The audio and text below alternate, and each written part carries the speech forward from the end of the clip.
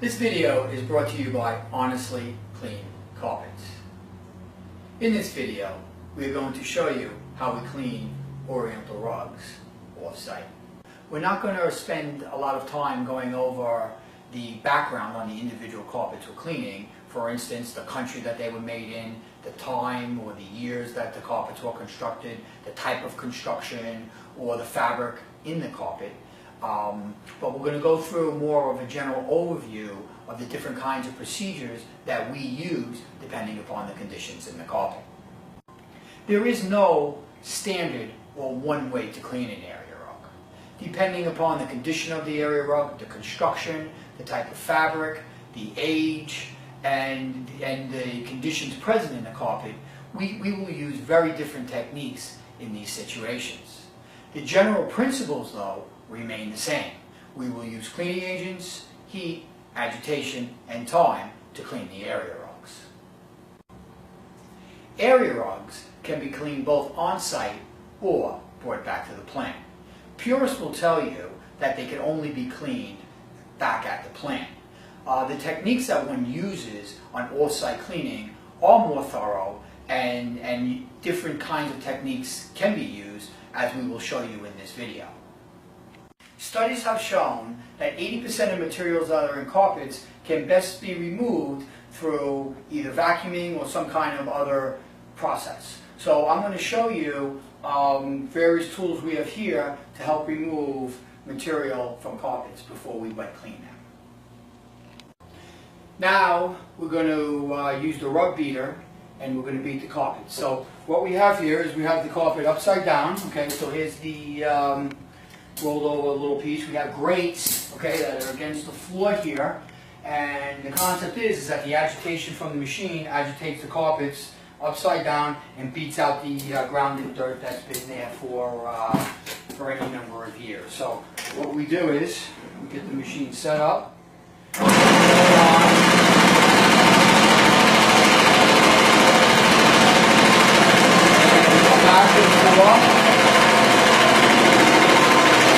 Take out the grounded dirt that's been there for months, years, sometimes even decades.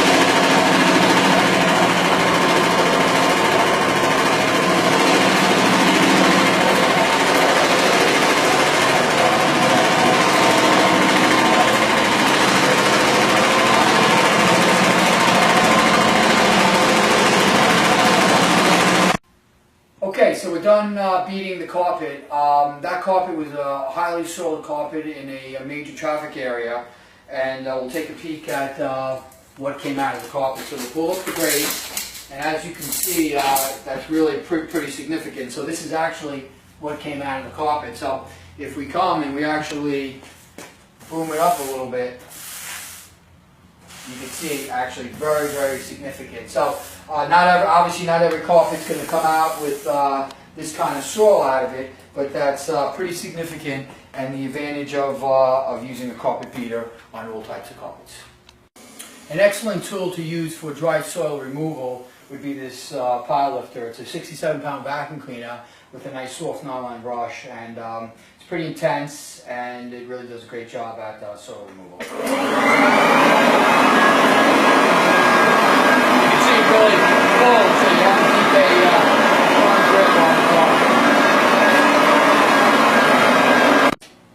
You can use our Brush Pro for dry soil removal. It's got two counter-rotating brushes, and it's again excellent at removing dry soil from carpets.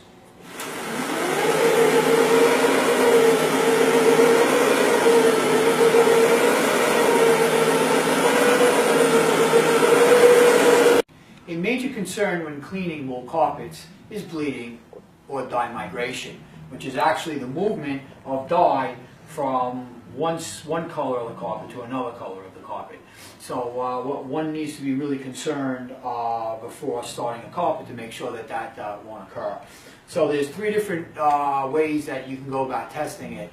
The first way is we take our cleaning agent and we put it on a white washcloth, and we actually press it onto the colors of the carpet. And we give it a pretty good press. Okay, we can let it sit for a little bit. We come up and then we take a peek.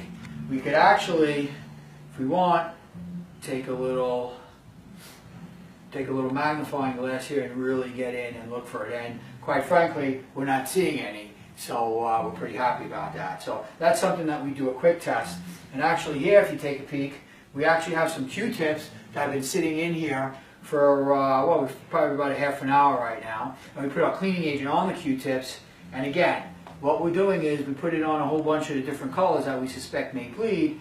And as we take a peek, again, we're looking at this and we're confirming that there's no transfer of colors, which is another indication that really in the drying stage, which is the typical time that it happens, we won't get any dye migration.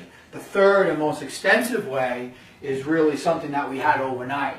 So we actually took these bricks here, okay, and we actually put our cleaning agent on this cloth right here, compressed between both bricks, okay, and then if you look at it, again, no color transfer, which is just a third and really the most accurate indication if there be dye migration. Even with all this testing, there's still a possibility that there could be dye migration, so one always needs to be conscious of that in the cleaning process.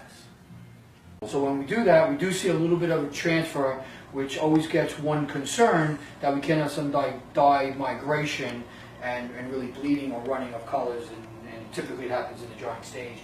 So what we can do on this carpet, and what we do at times, is we'll throw down an agent to help dye lock the carpet, meaning it kind of sets the dyes so you don't get dye migration in typically the drying stage. So we're throwing down a dye lock agent, okay, and what we'll do is, on this particular carpet, it's kind of a small carpet, we'll actually just hand rub it in.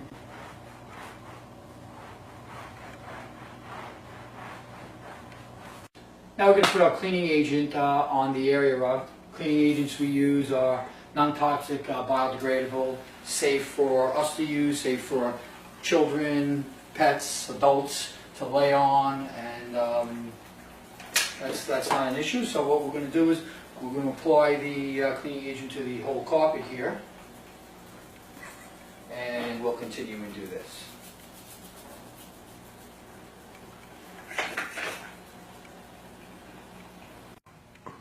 After applying the pre-spray, we then agitate the carpets to fully work in the pre-spray and loosen the soil from the carpet fiber. Here we have our brush pro, which is a 67-pound machine with counter-rotating brushes that do an excellent job of working in the pre-spray and loosening all the soil from the carpets.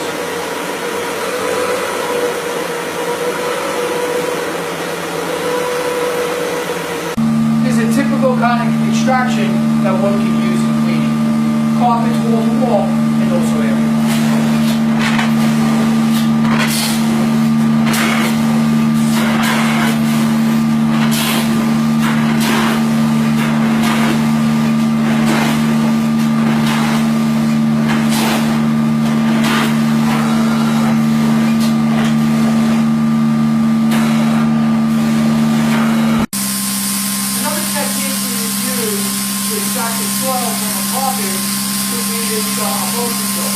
In situations where the carpet may be more delicate or a little more fragile than the typical carpet, this makes it an excellent way to extract soil from the carpet.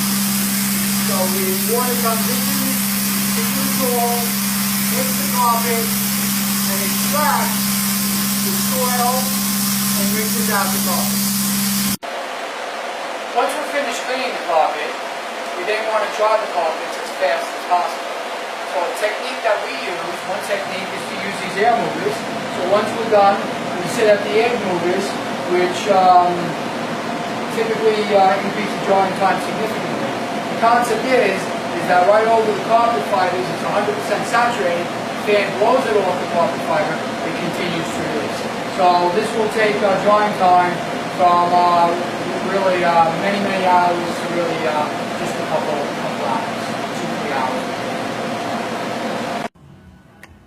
Okay, so now we're going to show you how we clean the fringes of carpets. We have a agent here, fairly mild. So, well, first what we're doing is, so we're dipping it in. I'm actually just taking just a white washcloth and just kind of agitating right into the fringe. You know, certain folks will use bleach on fringe. Although bleach will strip out color, it's kind of harsh and it will definitely disintegrate the fringe, so not really recommended. But in any event, let me continue on and we'll show you the results when we get there. Okay, we're ready to extract the fringe and clean it up, so let's extract it and let's see what it looks like.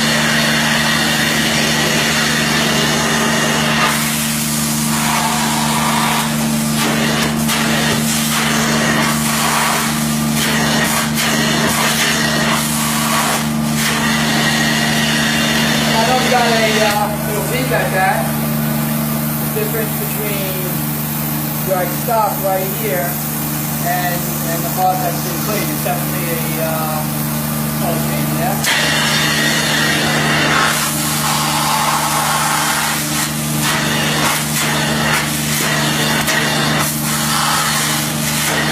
Now we have an area rug with a ton of urine, also some feces on it. Has a pretty good odor. So what we're doing is we have it in our pool here, and we're actually literally saturating it with water. So we really have to make sure that we thoroughly saturate it. So we'll thoroughly saturate it, and we'll check back and we'll look at the progress that we're having. So we're continuing along in our process, and as you can see, the carpet is thoroughly saturated with water. We have some agents on the carpet to help eliminate the urine and the feces smell, get it out of the carpet, and really soak the carpet. So as you can see, we got a tremendous amount of water here. What we then do is we're going to obviously flush out the water and flush out the water from the carpet, and at that point we'll clean up the carpet. So we'll continue flushing it out. So after flushing out the carpet, you know, with our cleaning agents to remove the urine and feces and the smell, now we're giving the carpet a thorough shampooing. So what we've done is we filled up the pool again, we put down our shampoo, and then we take our agitation machine and we agitate it and thoroughly get it in. So this is really going to penetrate most of the carpet, really to the base of the carpet with all the water we have in there. We're going to clean it up, and then we'll flush it out again. So we'll show you the remaining part of the process in a little bit. As we squeegee the carpet here, I don't know if you can see this, but there's definitely a discoloration, a little brownish color in there coming out of the carpet. I'm not sure how that picks up on film. In any event, even after soaking it for close to the hour that we did to get out the urine and to flush it out with the shampoo, we're still really thoroughly cleaning the carpet. So we're talking about an area rug over wood floors with 3 big dogs running around and you know, things happening. So you know, again, this is the most extreme case of cleaning, but it's certainly an option out there to get your carpets really the smell out and back to a new state. So we spent the last hour really flushing out the carpet with water and soaking it back up through our water cloth. And in the final stages, really extracting all the water out of the carpet with a water cloth, and you can see some of the excess water that's remaining is being sucked up. So again, flushed out the carpet in a very thorough manner, put cleaning agents to combat the urine and feces, sucked out all the water, turned over the water probably 5, 8, 10 times to really flush it out good, and now the carpet is in a condition that now we're ready to clean the carpets. So I have in front of us an area rug here that we're going to be working on. We've actually set it up in a pool, so there's a couple situations going on. There's definitely marks, so this was under a dining room table, so obviously a lot of work was done over here in this section, and a lot of work was done over here in this section, so there's years and years of grinding involved. There's a little bit of situation going on here also. In addition, there's also a urine problem with this carpet. It's not crazy, but there's definitely a background urine odor going on. I just want to say that in these sections, through the grinding, through years and years and years, there's no way that I would expect that this section of the carpet is going to return to this section, because basically the actual fiber itself is worn away and grounded out. So we'll do our best. We'll see what we can do with it, and we'll go through a couple steps with you so you can get an idea of how we clean and approach a carpet like this. But what we're going to first do, we're going to take these worst spots here, and we're going to put on some little bit of a cleaning agent here, and we're going to wet it pretty darn good. And then what we're going to do is we're going to come in and then agitate them a decent amount so that we're actually getting the worst spots of the carpet. So we can use a bunch of different things to agitate. We actually have a soft brush here. It's one thing we can use. And we'll really agitate it. And again, there's a lot of stuff here, so there's probably some carpet fibers coming off. Obviously loosening up the dirt and whatever else is in here. And I mean, the carpet's pretty wet. It's basically almost through. It's pretty close to being through the whole carpet. But again, we really want to soak this pretty good to see what loosens up. So after a little bit of testing on this carpet, we're highly confident that it can handle a full immersion. It has a pretty good odor, a urine odor on it. So that's something that really needs to be handled really by the best way would be to actually soaking it right through, taking basically the water that's in it and sucking that up. So we're going to make sure that we thoroughly soak it, okay, which we're in the process of doing right now in our bowl, okay, and then we're actually going to take the water as the water comes out, and we actually have a little water core in our pool here that actually sucks it out, and something that we'll try it out at the end. So we have our water coming. We'll make sure that we get it right to the end. The urine was really through most of the carpet here, and we'll bring it out and thoroughly, as you can tell, thoroughly saturate the carpet. Okay, and we'll get that urine out. So just going to get that water out and keep it full. Thank you for watching this video. I hope you gained some insight in in-plant cleaning of area.